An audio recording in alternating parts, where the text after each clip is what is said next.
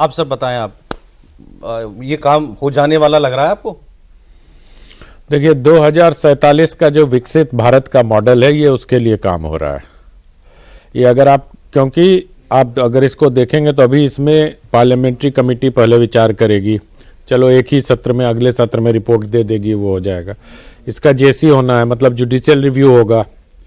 Judicial पास होने के बाद हाँ वही मैं कह रहा हूँ। जुडिशियल तो आप मतलब मान रहे हैं कि पास हो जाएगा? नहीं, पास तो हो ही जाएगा, उसमें तो पास होने में कोई दिक्कत नहीं है। खत्म हो गई बात। पास होने में तो आप कह रहे हो कि लागू हो पाएगा, आपका प्रश्न ये था कि लागू हो पाएगा। पहला पास होगा कि नहीं हो पाएगा? नहीं, पास तो हो जाएगा। और मुझे अगर नरेंद्र मोदी का जिस ट्रैक रिकॉर्ड की बात देवेंद्र जी कर रहे थे, अगर उसी ट्रैक रिकॉर्ड को देखिए, मैं चूंकि अनुच्छेद 370 पर एक किताब पर काम कर रहा हूं, इसलिए मुझे मालूम है कि जो भी योजना बनती है वो अपने मुकाम तक कैसे पहुंचेगी, ये पहले सब कुछ हो जाता है। दिक्कत आएगी जब जुडिशियल रिव्यू शुरू होगा इसका, जिस पर आप आगे बात करेंगे। मैं भी आता हूं, पहले जैसे इस अरिथमेटिक की बात कर लें जरा। जब लोकसभा में इंट्रोडक्शन पर वोटिंग मांगी विपक्ष ने और वोटिंग हुई, सर 269 वोट पड़े इसके पक्ष में, 269।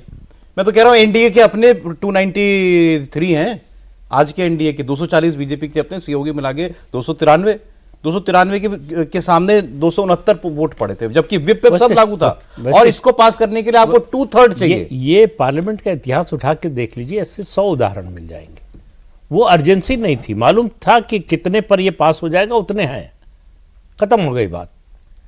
वो 293 हैं कि 283 हैं कि 73 हैं, इससे कोई फर्क नहीं पड़ता। पास हुआ कि नहीं हुआ, एक वोट से पास हुआ कि तो पास इसमें हुआ। सर सिंपल मेजॉरिटी चाहिए थी। हाँ, सिंपल मेजॉरिटी चाहिए थी, लेकिन इसको कानून बनाने के लिए आपको 2/3 चाहिए। 543 का अगर 543 की स्ट्रेंथ है तो आपको 362 लोग चाहिए प्रेजेंट एंड वोटिंग, उसका 2/3। ठीक है, एक बात। दूसरा, कितने लोग एब्सटेन कर जाएंगे, कितने लोग वॉकआउट कर जाएंगे, आपको पता है क्या? हमको भी नहीं पता है, आपको भी नहीं पता होगा। तो पॉलिटिकल मैनेजमेंट, फ्लोर मैनेजमेंट और होता क्या है। दूसरी बात, इस बात को अच्छी तरह हम लोगों को समझ लेना चाहिए कि नरेंद्र मोदी अपनी लीगेसी पर काम कर रहे हैं। लक्ष्य 2047 का रखा है, लेकिन उससे पहले उनको मालूम है कि उस समय तक वो प्रधानमंत्री नहीं रहेंगे।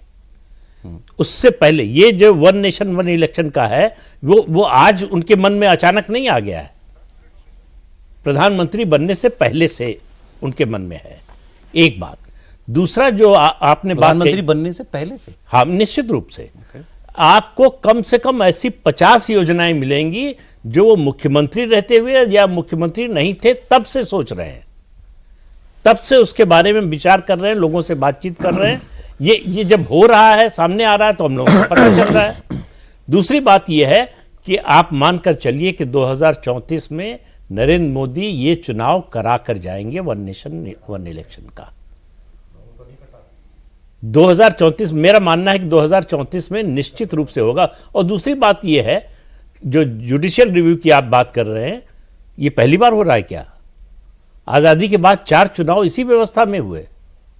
हाँ, 67 तक तो सारे चुनाव एक साथ ही होते थे।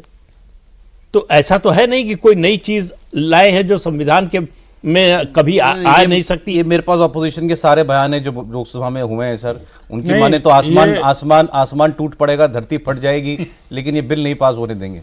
मतलब ये तो मैं नहीं, कौन सा बिल नरेंद्र मोदी की सरकार का था जिसको कह रहे थे कि पास होने देंगे? कोई एक बिल बताइए जिसके बारे में कह रहे हो पहले, इंट्रोड्यूस होने से पहले और इंट्रोड्यूस होने पर भी, कि हम इसको पास होने देंगे।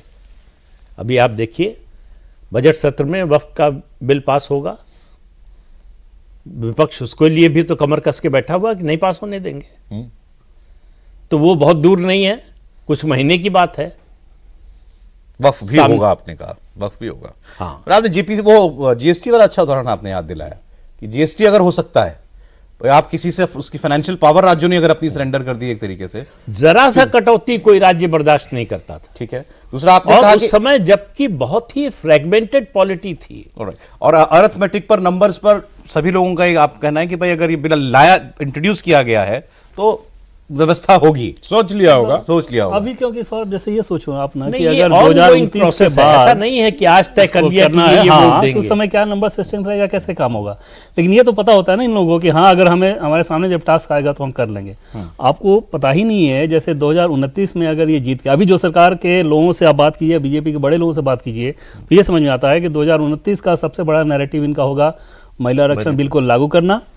उसके बाद जब जीत कर आएंगे तो आप सरकारों का देखें तो जो कि कह भी गए थे लोहिया जी कि अगर कोई भी सरकार पहले 6 महीने में अपना कोई बड़ा इंप्रेशन नहीं दे पाई तो नहीं दे पाती है। नरेंद्र मोदी सरकार की भी एक कोशिश होती है कि जब आए एक बार तो पहले 6 महीने में कोई बड़ा चीज कर दें।